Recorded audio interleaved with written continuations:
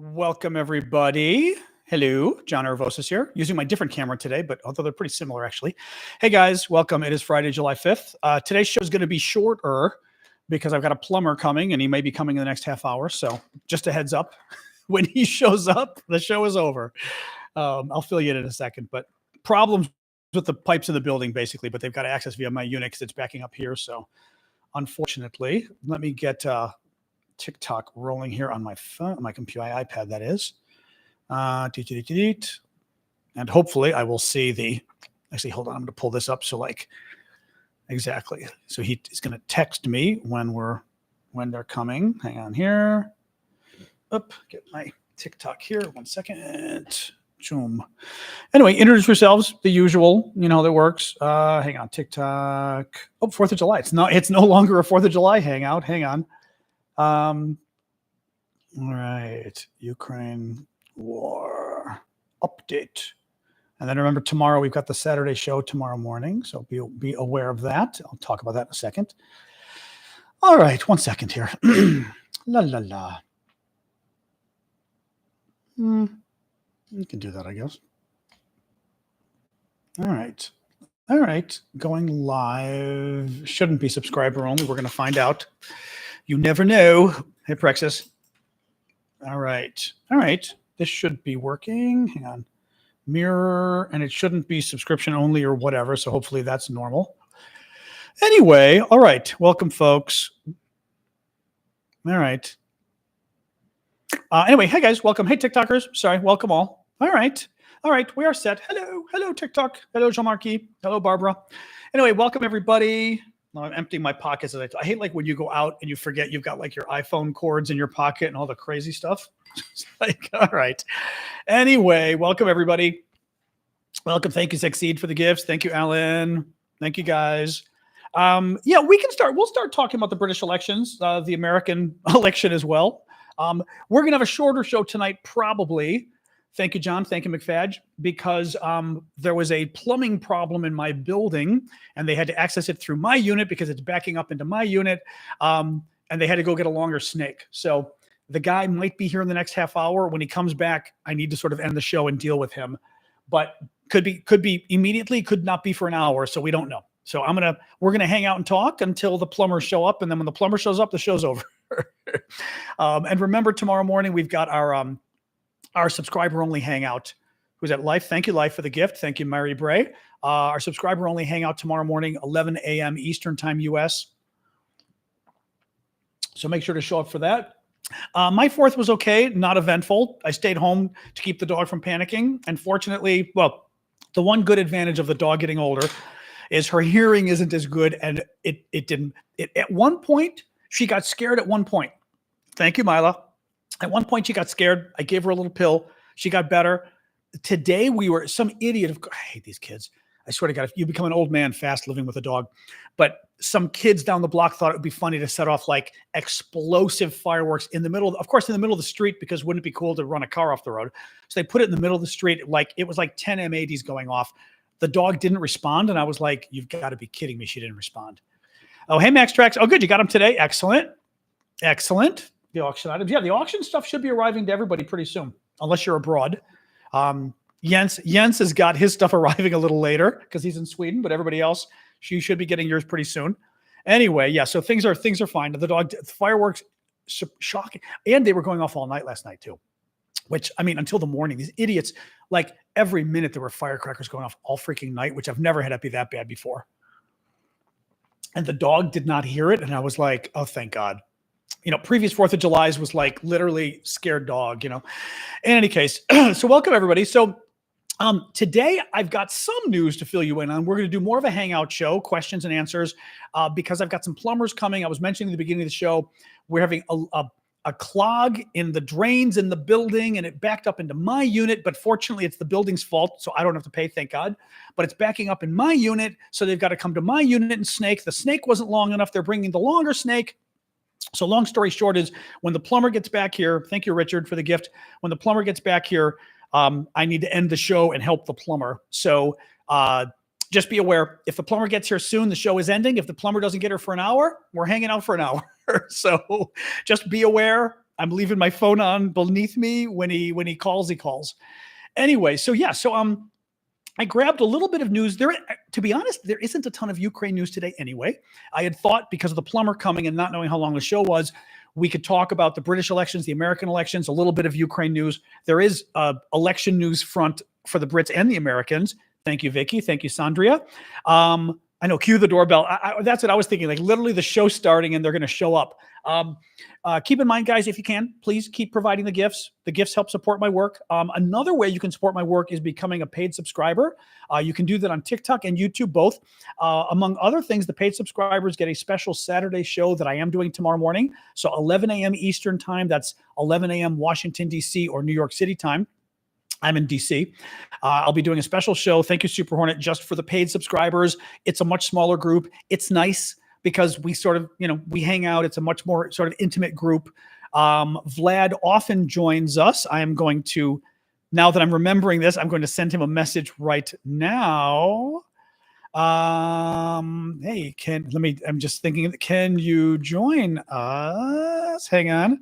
I saw a gift there. Who was that? Booty. Thank you. Join us for the Saturday show at 11 a.m. Okay, there we go. There, I want to make sure at least Vlad had the message because I've forgotten to send him the message before. So that's better. All right, guys. Yeah, let's talk about it. So, you're in Bethesda. Oh, hey, Antonina. So let's talk. So interesting little news here first. The Biden election front is getting interesting. The American media has decided they want Joe Biden to resign. Thank you, Joyce. I don't say that actually sarcastically. It's kind of annoying because the media, I've worked with the media for 45 years or whatever, 40 years now. Thank you, Joyce. Thank you, Mustard, for the gifts. And I am not somebody who bashes the media. A lot of folks do, on the right and left both, for different reasons. I think a lot of reporters try, especially the national media. I love CNN. I love the New York Times. Love the Washington Post. A lot of the international publications too. They try to do a good job. The problem is the way media works, and I've learned this over years working in politics, is they find a sexy story and they grab onto it. Now, as an advocate, that means you have to make your story sexy, right? Ukraine at the beginning of the war was sexy. Zelensky, right? I mean, Zelensky especially. Zelensky was this larger-than-life figure that was interesting and patriotic and handsome and young and charismatic. He spoke English and was, right? I mean, he became this rallying symbol. The media loved him. The media loves stories. They like a sexy story. Zelensky was a sexy story. Well, Biden is the current sexy story for the media. Biden leaving the race is the sexy story, and the media won't let it go. CNN earlier today, CNN has been nonstop all week. I watch CNN. All week, CNN has been nonstop talking about Biden resigning. Biden, this morning, I couldn't believe this. This morning on CNN, they had Sanjay Gupta, who's their doctor, who's very good. He's a doctor, reporter of theirs, brain surgeon. And Gupta talking about whether Joe Biden has Parkinson's disease. And I'm watching this going, are you kidding me? I mean, it is, again, you and I can sit there if we want and say, Donald Trump, has he had a stroke or something? Because he often slurs his speech and stuff. We can say that, right? Because we're not CNN. But CNN, the big media, should not be getting on TV and diagnosing politicians with possible diseases when they have no reason to believe so. So anyway, yeah, so the American media is nonstop trying to force Biden to resign or at least step down as candidate. Things got more interesting this afternoon, which is interesting. Washington Post is reporting that Senator Mark Warner, he's a Democratic senator from Virginia. He is a very prominent Democratic senator, pretty senior, I'd say. I forget how long Warner's been in office, but he's a pretty senior senator. The Washington Post is reporting, and Warner's office is refusing to deny, which means the story is accurate. Let me read this to you. Senator Mark Warner, Democrat of Virginia, is attempting to assemble a group of Democratic senators to ask President Biden to exit the presidential race, according to two people with direct knowledge of the effort. Warner is telling Democratic senators that Biden can no longer remain in the election in the wake of his faltering debate performance, according to people familiar with the private conversations who spoke in the conditions of anonymity. Warner has told others that he is deeply concerned that Biden is not able to run a campaign that could beat Trump. That is very interesting. The fact that Warner would do this, a couple different things. A, Warner, he's a serious guy. He's not some flake. He's not some crazy far left, whatever, right? It's not like, oh, that crazy person is calling on Biden to step down, right? He's not crazy. Two, or B, thank you, Jorge. Warner is a Democrat. Obviously, it is more interesting if a Democrat calls on a Democratic president to step down than if a Republican calls on him, right? It doesn't really mean anything when a Republican does it. Thank you, me versus me, right? That's interesting. Being a senator is also very interesting. I don't know if it works this way in your guys' countries, but so the Senate and the House of Representatives are the two houses of Congress, okay? They're both equal. In the American system, they're both equal. I know the British system, it's kind of different. France too. In America, they're literally both equal. Both have, I will say, equal powers. It's complicated, but more or less to pass a law, both houses have to pass the law and then they negotiate to make the law the same, right? The House of Representatives is goofy. It tends to be crazy people. Not always. There's very sane, serious people in the House of Representatives, but the House of Representatives has 435 members, and many of them are from Cuckoo Land. Thank you, Maddie. If a member of the House of Representatives were to speak up, thank you, me versus me again, and Numenon. If a member of the House, and Maddie, if a member of the House of Representatives were to call, a Democrat were to call on Biden to step down, depending who they were, it would have some impact. When a United States senator who is a Democrat calls on Biden to step down as candidate, that's interesting. That carries a lot more weight. Thank you, Timothy. This is what happened today with Mark Warner, the Democratic senator from Virginia, allegedly planning to call for Biden to step down. Thank you, Cool, as our candidate or as the Democratic candidate, is very significant politically. That's what I'm saying. It doesn't mean Biden's going to. It does mean Biden has a problem if somebody as prominent as a senator, a Democratic senator, and a Democratic senator like Mark Warner. That's interesting. That's actually very interesting. So I'm just bringing it up. Now, funny enough, David mentions Michelle Obama. It's funny, an American friend of mine who lives in Canada, Ryan, has been extolling the virtues of Michelle Obama. And it's interesting because basically that Michelle Obama would run for president. Now, sip of water. I have seen zero indications that that is a serious possibility in any way. Zero chance so far.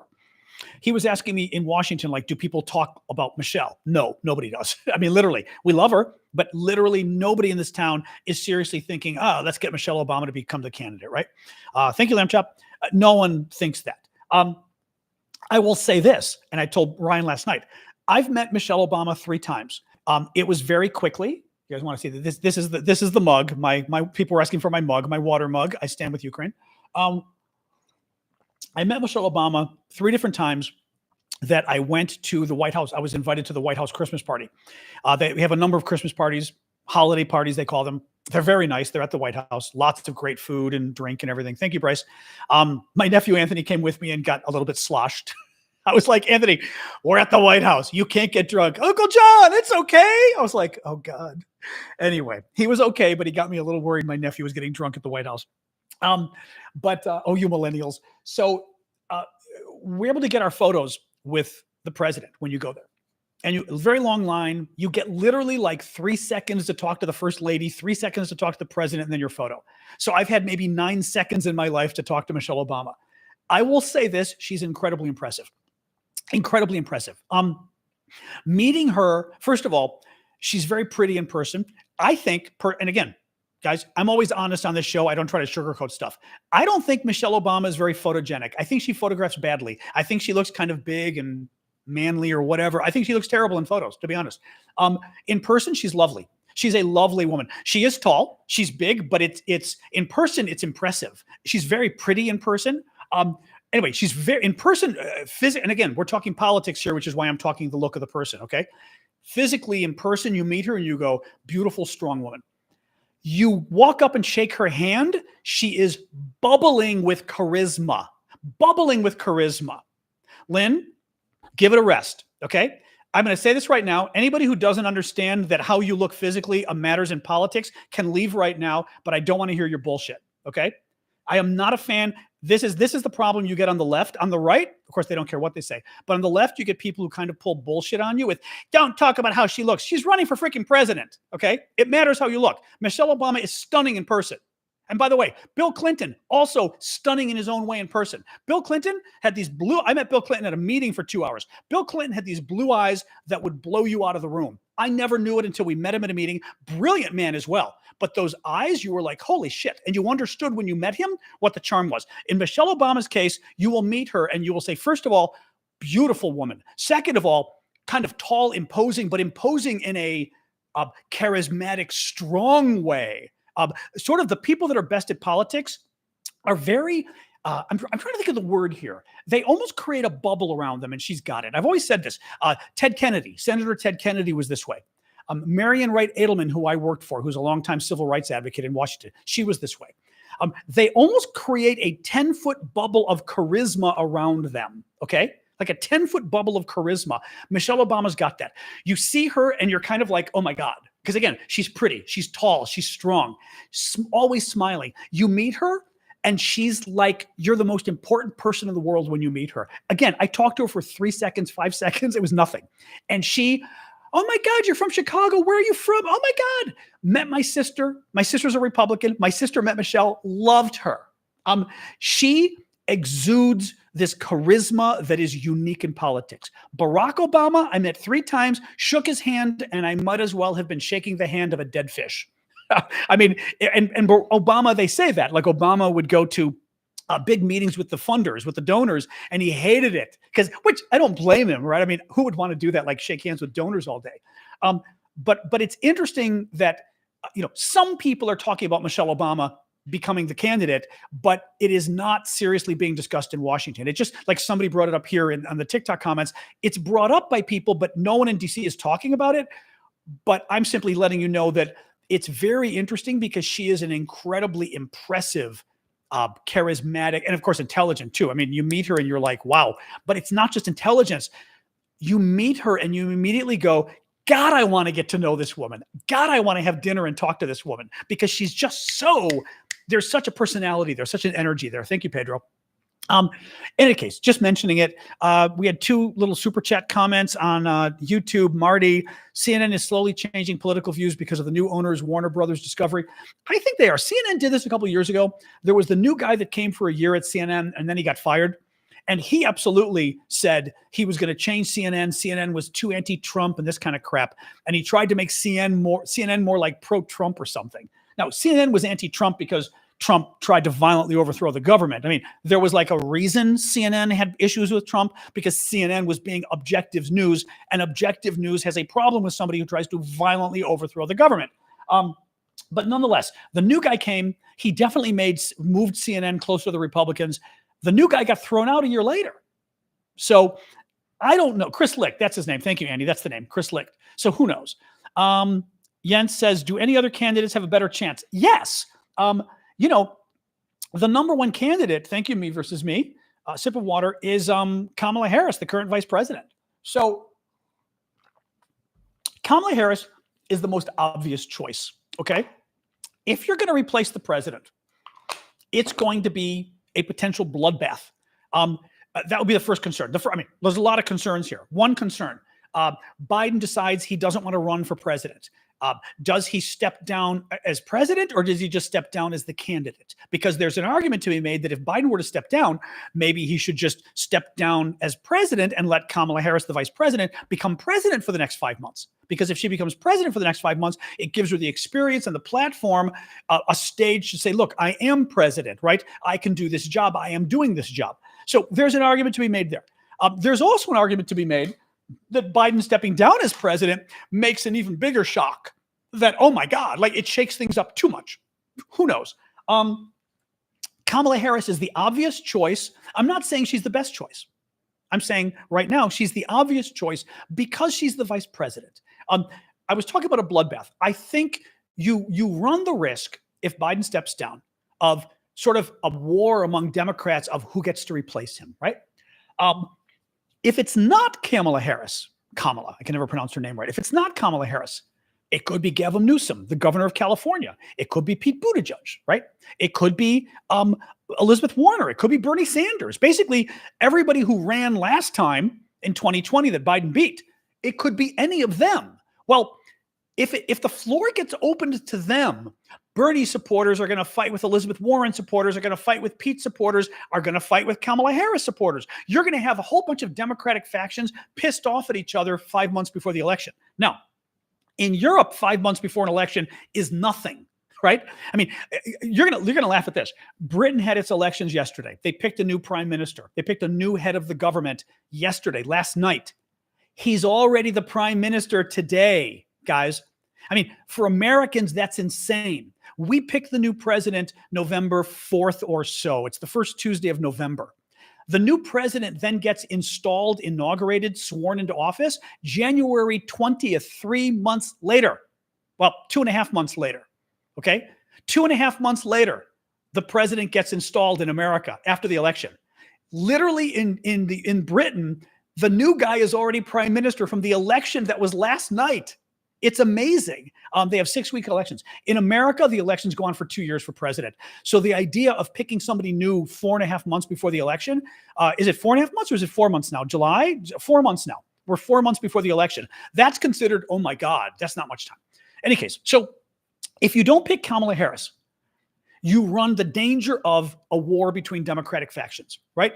Bernie Sanders versus Elizabeth Warren versus Kamala Harris, because her people say, why doesn't she get to be the candidate? Versus Gavin Newsom, a war. And it goes all the way to the Democratic convention, which I forget if that's later this month or probably August is the Democratic convention.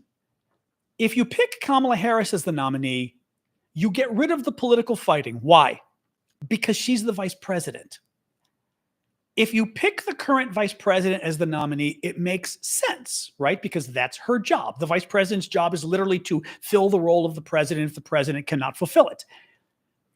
It would be harder, thank you, Suzanne. I think it would be harder for other candidates to argue that they deserve the job instead of her. I mean, they could argue, I'm in the front door, fuck. All right, sorry, I'm sorry, guys, the guy's already here. All right, you know what? The guy, I'm going to hang up. The plumber's already here. He was right. He was right. He said he may come at 6:30, and he's exactly right. Guys, I'm going to have to end the show because the plumber's here. Bottom line is, okay, hold on. Call me. Hold on. I'm gonna have to beam him in from the box now. I'm gonna have to hang up, guys. But bottom line is, if they pick tomorrow morning show, 11 a.m. Eastern, and I may come on later tonight after the plumber's done just to finish this because I do want to talk about this. But if you pick Kamala Harris, you're picking the sitting vice president. That makes it hard for people to say, why does she get the job? Pete Buttigieg's people aren't going to say, well, I deserve the job instead. She's the vice president. Elizabeth Warren, Bernie Sanders, all of them are going to say, well, of course she gets it first, right? Oh, hang on, let me buzz him in. Here you go, man. No problem. There you go. Of course, they're going to say, of course she gets it first. So you get around a lot of the political problems if you pick Kamala Harris. Now, is she the best candidate? Does America want to vote for her? I don't know, right? That's a whole other thing. But in terms of Democratic Party infighting, even Gavin Newsom, maybe Gavin Newsom would be better than her. But Gavin Newsom's people don't really have a political argument. Kamala Harris has, because she's vice president, she can shut down that Democratic civil war. In other words, maybe you think Gavin Newsom's better, but if someone tells you, hey, we should go with the vice president, politically, you're going to go, yeah, that makes sense. That's my point. All right, guys, I have to hang up because the plumber's here. We're having a leak in the building, and they've got a drill in my apartment to get it. I don't want to do it with him 10 feet away. I think it's weird. I got to go. All right, bye, guys. Coming. 1 sec. All right, see you guys.